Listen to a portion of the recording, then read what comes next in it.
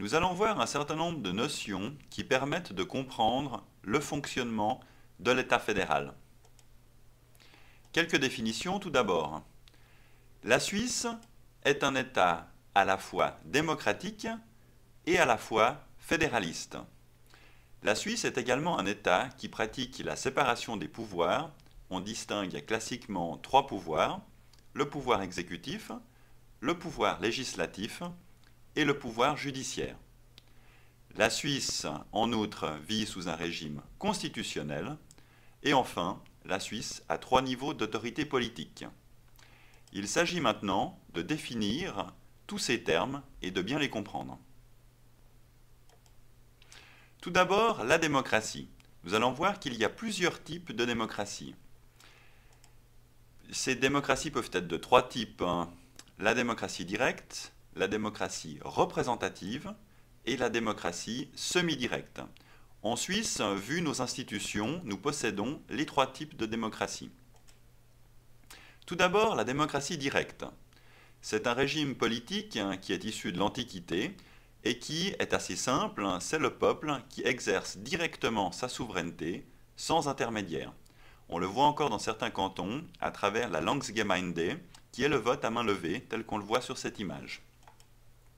La démocratie représentative, c'est le régime habituel, c'est-à-dire un régime politique dans lequel le peuple exerce sa souveraineté par représentants interposés, c'est-à-dire que nous élisons des représentants qui sont ensuite chargés de faire fonctionner cet État fédéral. La démocratie semi-directe, enfin, ou mixte, qui est un régime politique dans lequel le peuple exerce sa souveraineté par représentants interposés, comme on l'a vu dans le système précédent, mais qui conserve malgré tout les droits de référendum et d'initiative, que nous verrons dans un prochain chapitre. C'est le système de la Suisse, et c'est en cela que c'est un système très différent de ce qu'on peut trouver dans les autres démocraties. Le fédéralisme maintenant. La Suisse, on l'a dit, est un État fédéraliste. De quoi s'agit-il? C'est donc une doctrine qui défend l'autonomie des cantons par rapport au pouvoir fédéral. C'est un système où les cantons sont très importants et donc se partagent les pouvoirs entre la confédération, c'est-à-dire l'État fédéral, et les différents cantons qui forment la Suisse. L'État fédéral, on vient de le dire, a certaines prérogatives, c'est-à-dire certains pouvoirs. On peut citer quelques exemples de ces pouvoirs. Par exemple, la monnaie. On ne pourrait pas envisager que chacun des cantons ait sa propre monnaie. C'est la même chose pour la défense nationale, c'est-à-dire l'armée. Et enfin, la politique étrangère, qui sont donc quelques exemples de compétences complètement fédérales. Les cantons, on l'a dit, ont également certaines prérogatives, certains pouvoirs, et gardent un certain nombre d'autonomies. Quelques exemples là aussi: l'instruction publique. L'instruction publique est donc une compétence cantonale. La sécurité publique, c'est-à-dire essentiellement la police, ou encore l'aménagement du territoire. La séparation des pouvoirs. Cette analyse vient de Montesquieu, philosophe français du XVIIIe siècle, qui explique, dans ce siècle des Lumières, à travers un ouvrage, L'Esprit des lois, la théorie de la séparation des pouvoirs. Il distingue donc trois pouvoirs: le pouvoir exécutif, le pouvoir législatif et le pouvoir judiciaire. Et les gens de ces différents pouvoirs ne peuvent pas siéger dans l'un ou l'autre pour éviter justement d'aboutir à une monarchie. Et ça permet cette distinction justement entre des gens qui ont des fonctions très différentes. On le voit à travers ce petit schéma. De quoi s'agit-il? L'exécutif, c'est donc le pouvoir chargé de l'administration de l'État et qui veille à exécuter les lois.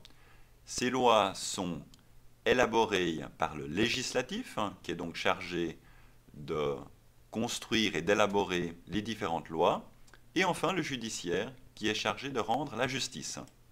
Un exemple: le pouvoir législatif, par exemple, promulguerait une loi qui instaure une vitesse maximale de 120 km/h sur les autoroutes. Le pouvoir exécutif est chargé de faire respecter cette loi, notamment à travers la police. Et enfin, le pouvoir judiciaire, qui est chargé quant à lui de punir le contrevenant si celui-ci a dépassé la vitesse maximum autorisée. La Constitution. La Suisse vit sous un régime constitutionnel. La Constitution, c'est le texte de base d'un État. C'est l'ensemble des lois fondamentales qui expliquent comment organiser, comment va fonctionner les différents pouvoirs et les différentes lois de l'État fédéral. Les lois votées par le pouvoir législatif s'appuient sur la Constitution, elles ne peuvent pas être contraires à cette Constitution, sinon il faut modifier la Constitution pour que les futures lois puissent entrer dans ce cadre-là. C'est la Constitution qui donne les pouvoirs des cantons et de la Confédération. Elle garantit également toutes les libertés fondamentales, comme le droit d'expression, de religion, de presse, etc., les différents droits politiques, comme le droit d'initiative ou de référendum, et les différentes obligations, comme par exemple l'obligation de servir, c'est-à-dire de faire son service militaire. Les niveaux d'autorité. La Suisse a 3 niveaux d'autorité politique, c'est aussi ce système fédéraliste qui l'exige, à savoir la Confédération, c'est-à-dire l'État fédéral, le canton et les différentes communes suisses.